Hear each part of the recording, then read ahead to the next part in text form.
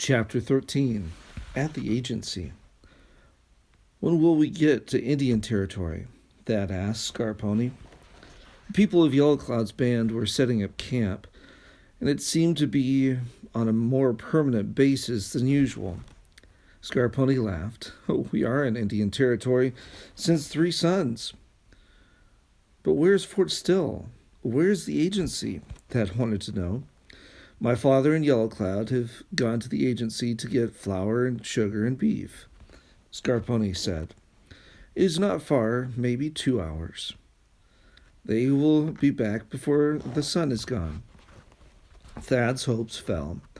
He had hoped that they would camp near the agency. If there were white people there, they would know that no Indian had hair as white as his or face splashed with freckles. Little Rabbit's walnut stain had worn off. He made up his mind that somehow he would show himself at the agency, but he would have to wait until he gained strength. On good days, the people of Yellow Cloud's village got together with those of other Comanche bands on the reservation. They had a hilarious time talking over happenings since they had last met. They gambled, danced, played games, and staged contests of strength and endurance. They had a lot of horse racing, too. Thad recognized some braves from the band of Warhawk and learned that their camp was no more than 2 miles away.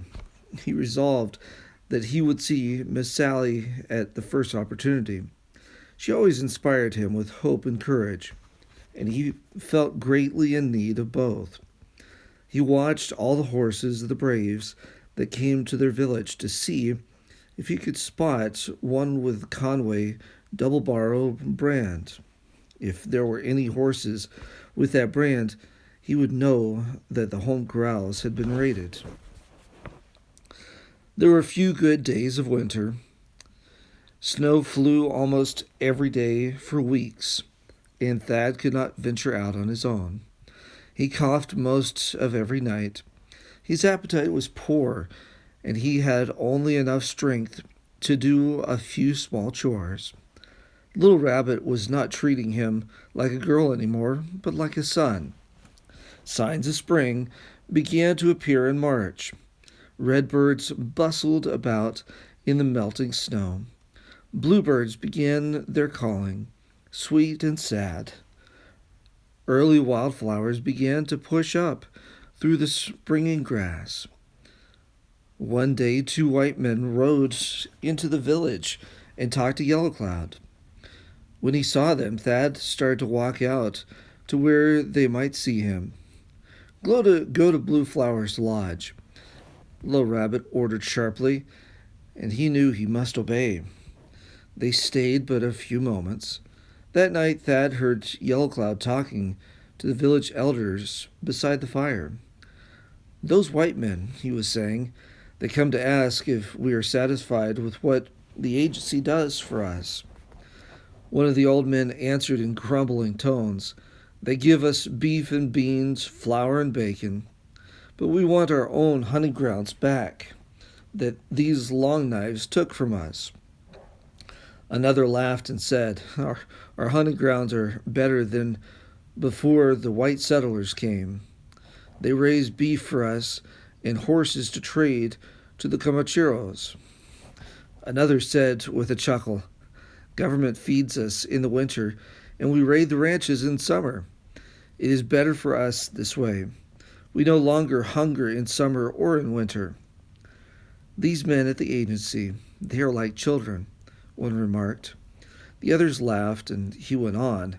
We butcher their horses and their beef. We even kill their servants, and they do nothing. They are weak. They are afraid of us. Thad thought that if what they were saying was true, there would be little point in going to them for help. Then he remembered how boastful the Indians were and stayed by his decision to show himself at the agency. The trouble was that he had not the slightest idea where the agency was. and he was still feeling as weak as a kitten. The next morning he spoke to Scarponi, who had made at least one trip to the agency with his father. "Can you tell me how to get to the agency?" he asked the Indian boy. "You want to go to the agency?" "Yes, I must find my people." Thad thought he might as well tell the truth. Scarponi nodded understandingly and looked around him to see if anyone else was near. Then he stooped and drew a sort of map on the ground with a stick, explaining each landmark on the way.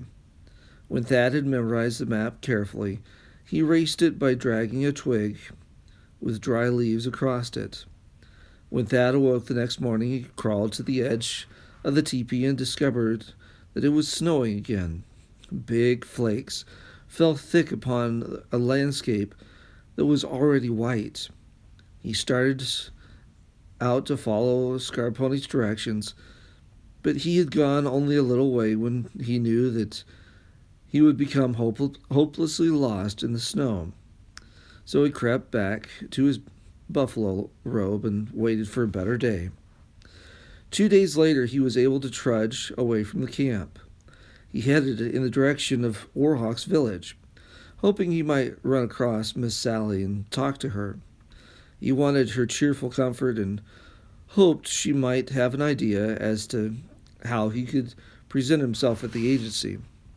He had tried to find Miss Sally before, but had not been able to. This morning he saw her a short way off, coming toward him, trying to keep from being seen by those at Warhawk's camp. "Well, howdy, Thad," she greeted him in her cheerful way. "Howdy, Miss Sally," he said. "Son, I've been trying to see you ever since I heard that Yellow Cloud had come this way. Now I've got something to tell you. I started out this morning with my mind made up that I'd see you or get my hair lifted in the trying." She looked Thad over and her expression changed. "La, son, what have they been doing to you? You're as poor as a snake. Never in my life saw such a rack of bones supposed to be alive." "I've been sick," Thad told her. "But what was it that you wanted to tell me?" "Oh, yes. I've got some news that I reckon might interest you. There were some soldiers from the fort who came along one morning when I was getting water. They were surprised to see a poor old white woman among a passel of Comanches. Those soldiers asked me a lot of questions, and then their officer asked me some more when he came up to see us. He asked me how I came to be with the Comanches. When I told him how I just naturally joined up with them, he laughed fit to kill. I told him about my grandsons and about you, Thad." The boy was choking with excitement at this. "What did they say then?" he asked her. "They didn't have much to say about us, son, but I reckon they'll pass the word along.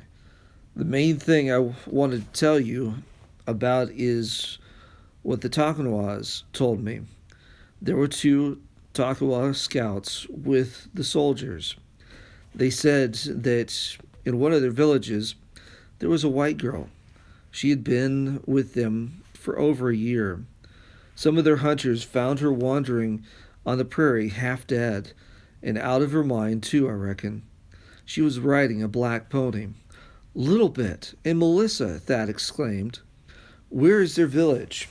"Those Takawas were working as scouts for the army, and I guess their village is somewhere in Texas."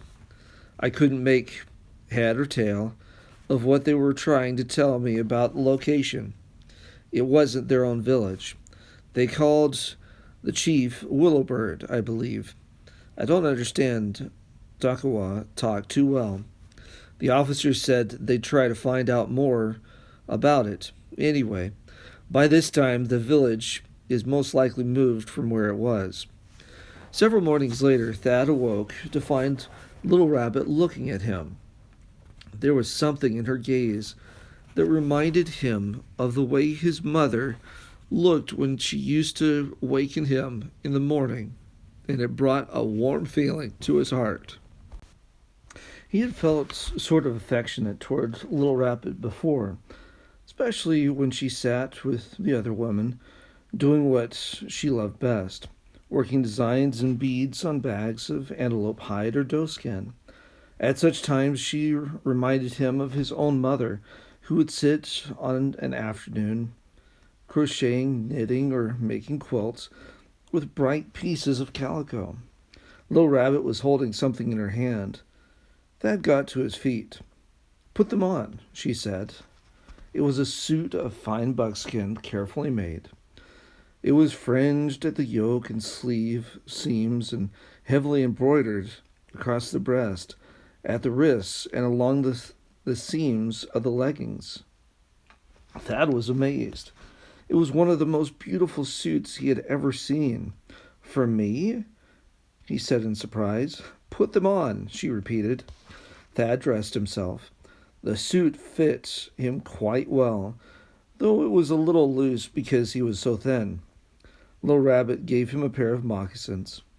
For the first time in months, he was not ashamed of his appearance.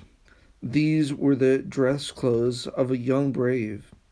White men's feet are generally larger than an Indian's, and the white men of Texas grow tall.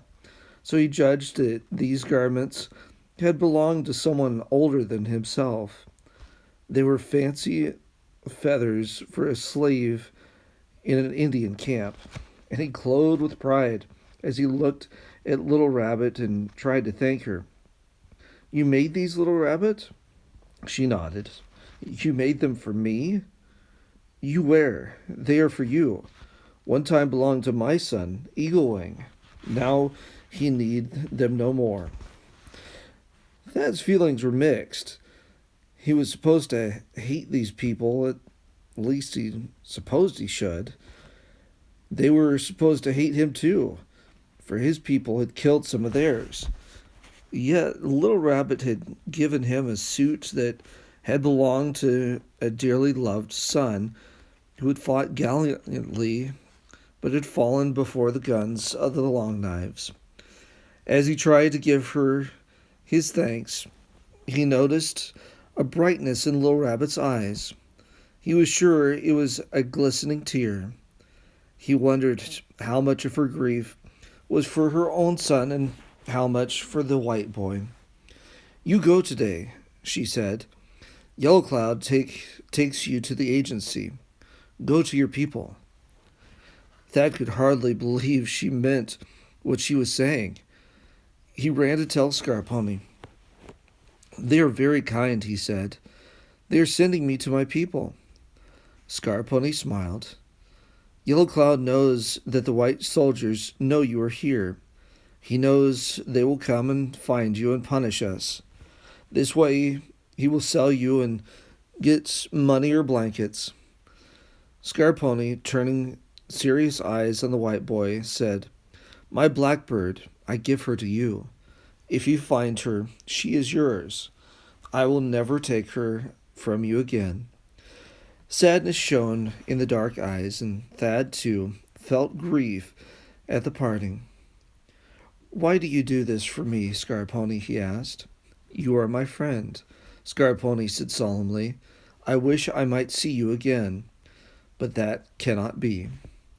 When he was getting ready to ride away with Yellow Cloud, Little Rabbit adjusted the seams and belt of his fine new suit. He knew it was a woman's way of showing affection. He almost expected her to say, as Ma would have said, "Now be a good boy." Impulsively, he reached over and kissed her brown cheek. Little Rabbit was surprised, but she only smoothed his long braids and said, "Sometime, maybe see you again, Spotted Boy." It was a hope he now shared with her. Thad was dazed as he rode beside Yellow Cloud. There were others with them, but his thoughts kept running ahead. Without a doubt, he told himself, his brothers or his father had been to the agency to look for him.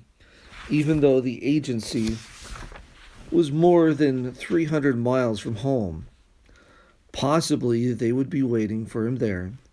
Apparently, Yellow Cloud had already talked to the men at the agency. He had made Thad stop a little distance from the buildings. A man and a woman stood waiting for him, but they were looking at Thad. As Yellow Cloud talked to them, Thad could see that he was wrangling in the typical Indian manner. He felt sure they were haggling over the price. The white man, heavy set, with a short, dark beard, walked to where Thad was sitting on the horse. He looked the boy over carefully and said to Yellow Cloud, $50, that is all. Yellow Cloud shook his head and snarled, $50, that is enough, said the man. His people will pay more than that for him, Yellow Cloud argued in the tone he would have used in speaking to a dog. $70 then, the man said, that is all. I will have to feed him until his people find him. Maybe they will never find him. Yellow Cloud commented as he took the money. Spotted boy worked good. Thad felt like a mule being examined and haggled over, and that was about what it amounted to. Yellow Cloud spat at the man's feet, barely missing them. He took hold of the reins of the horse Thad had been riding and rode away. He sat stiff in the saddle, his head high. He gave no backward glance. The woman came toward Thad. She was dark-haired, red-cheeked, and plump. She wore a gray dress and bonnet and a snowy white apron. Thad stood speechless. He had been hungry for the sight of his own kind of people for a long time. His new owners, Mr. and Mrs. Barnett, were Quakers. As he neared the house, he smelled the spicy odor of baking bread. He felt as though he were in heaven. If his feet touched the ground, he was scarcely aware of it. Mrs. Barnett took Thad to the kitchen while her husband went back into the trading post. In one corner stood a big cook stove, on which bubbled a pot of stew. Poor boy, Mrs. Barnett said. Thee must be starved for white folks' cooking. Sit right down here and eat some cookies and drink this cold milk. That will stay in thy stomach until dinner time. At first, Thad found it hard to follow what she was saying. Instead of saying you and yours, she spoke in the language of the Bible and said thee and thine. One of the easiest things he ever did was eat the cookies and drink the milk. This was a strange way to treat a bought and paid for slave, that thought. But he liked it. What a puny-looking boy thou art, Mrs. Barnett exclaimed as she watched him wolfing the cookings and milk. Didn't those savages feed thee? Gulping down a mouthful, Thad stopped eating for a minute and explained, I've been sick, awful sick. I like to have died. Oh, she said, it's a wonder thee did not die. But when he told her how Little Rabbit had heaped robes on him to make him sweat and then had doused him with water, and how she had sat beside him most of one night and had made hot broth for him, she looked thoughtful. I suppose Little Rabbit did the best for thee that she knew how.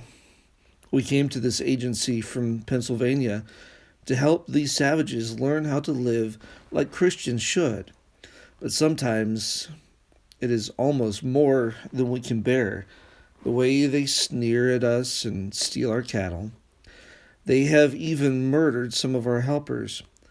They think we are weak because we do not strike back. The Comanches are the worst of the tribes. In a few weeks, the winds of spring had melted the snows and set the field larks to whistling in the willows. The bittersweet scent of wild plum blossoms made Thad ache to go prowling among the shadows of the old creek bottom at home.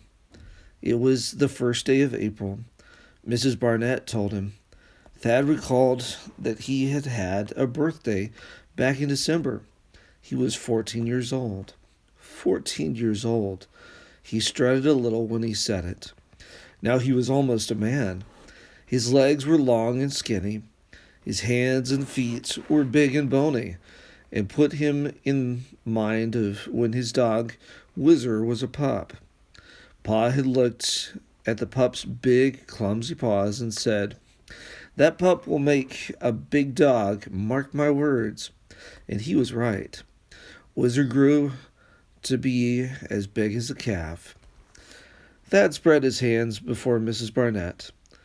"I expect I'll make a big man, you reckon?" She smiled at him. "I reckon," she said, imitating his frontier speech. Thad worked hard, for he felt he must pay back the $70 Mr. Barnett had paid for him. Though he was happier than at any time since he had been captured by 2 lances, he longed to hear from his people. At times he recalled the voice he had heard among the rocks assuring him of God's care, and he felt more cheerful. No doubt God cared for Melissa too, he thought. When he spoke of it to Mrs. Barnett, she said, "Thou art fortunate thy father made thee learn the Scriptures, so that the Lord hath called the words to thy mind." The Quakers and other Christian missionaries were trying to civilize and Christianize the Indian tribes by being friendly toward them. Some of the tribes were responding and seemed glad to bury the hatchet.